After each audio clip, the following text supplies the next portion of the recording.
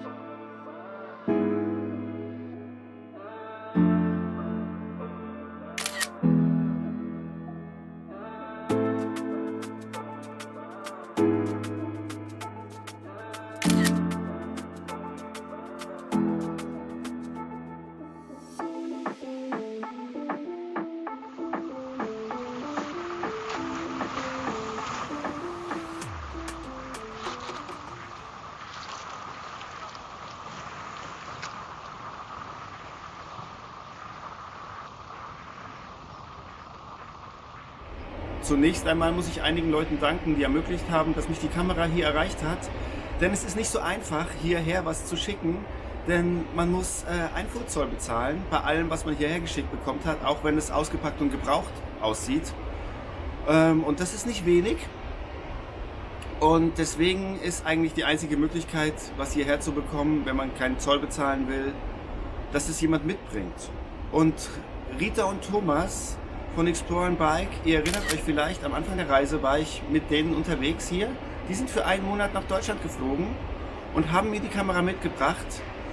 Und weil die nach Buenos Aires geflogen sind und ich in Santiago de Chile war, hat es etwas gedauert, bis die Kamera hier war. Und ein Bekannter von denen, Fernando, und über die Sarah, die kennt ihr ja auch aus meinen Videos, und einen Bekannten von ihr, ist die Kamera dann nach Santiago gelangt. Also ich möchte allen denen recht herzlich danken, dass das geklappt hat. Und jetzt ist es so, dass ich die Kamera zur Verfügung gestellt bekommen habe. Aber natürlich soll ich sie auch mal vorstellen und zeigen, was sie kann. Und das mache ich. Ich habe ja schon mal eine Akaso Cam gehabt. Da war es so, dass die noch wie quasi die GoPro 4 in so einem Case immer drin war, sonst war sie nicht wasserdicht. Die neue Brave 8, die ist dann 10 Meter wasserdicht und das nehme ich jetzt gerade mit dem Osmo Pocket auf, aber ich switch jetzt mal um, damit wir auch alles aus der Akaso Cam sehen. Das ist die Akaso Cam. Ein paar Anmerkungen noch. Ich habe in dem Video keinerlei Farbkorrekturen oder andere Korrekturen vorgenommen, damit man sieht, wie die Aufnahmen der Kamera wirklich sind. Das Einzige, was ich gemacht habe, ist die Bilder nachträglich stabilisiert, weil die Aufnahmen völlig ohne Stabilisierung waren. Warum, erkläre ich am Ende des Videos. Ich finde ziemlich cool, die hat so einen Frontbildschirm. Ich habe sonst nur die GoPro 7. Die hat das natürlich nicht. Und jetzt kann ich mich hier sehen, was sehr cool ist. Das habe ich auch schon oft benutzt.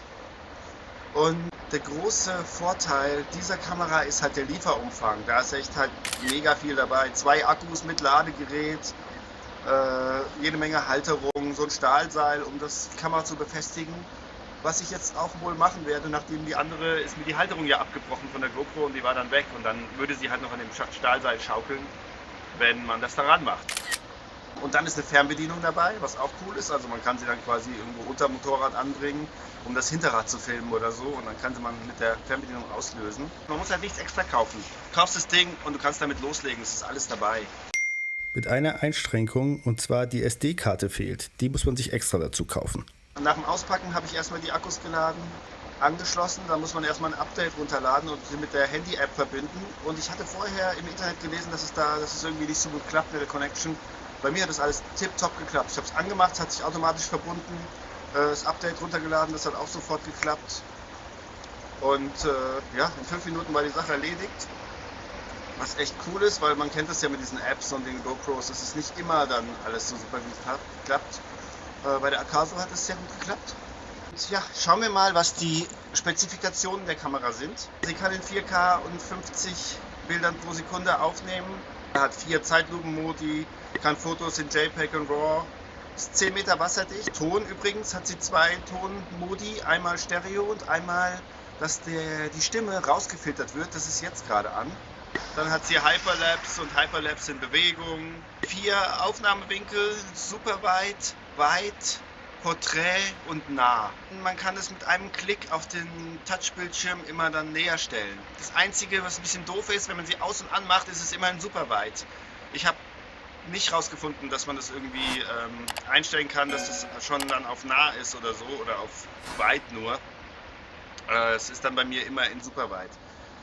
Ich habe sie jetzt auch nur ein paar Tage erst, aber das ist mir nicht gelungen. Und es gibt auch einen Lowlight-Modus, also für Dunkelheit.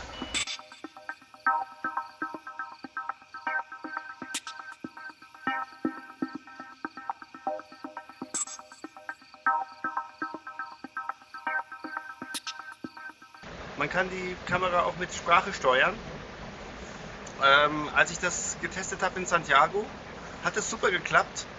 Jetzt hat es irgendwie nicht mehr geklappt. Ich weiß auch nicht, ob ich irgendwas falsch mache oder ob es dann doch nicht so gut reagiert. Akaso Video Stopp.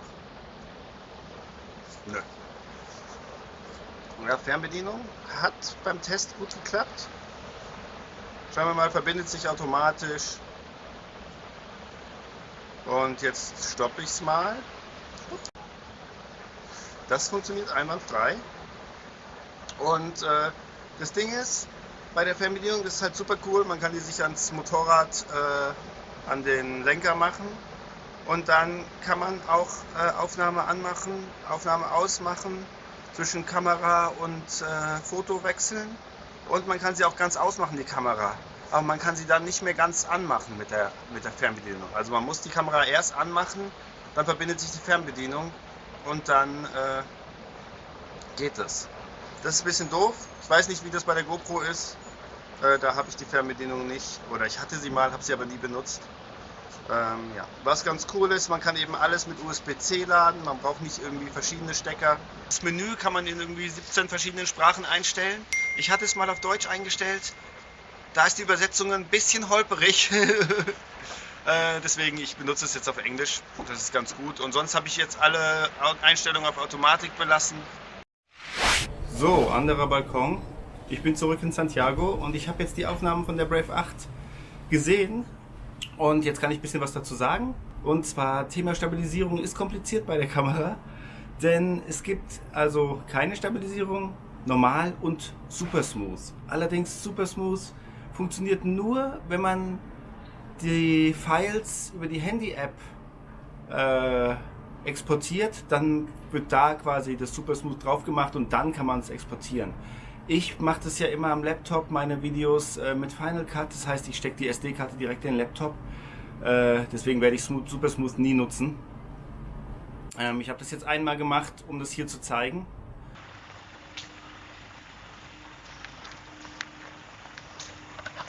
Was ich nicht wusste, es gibt noch eine normale Stabilisierung und eben keine Stabilisierung.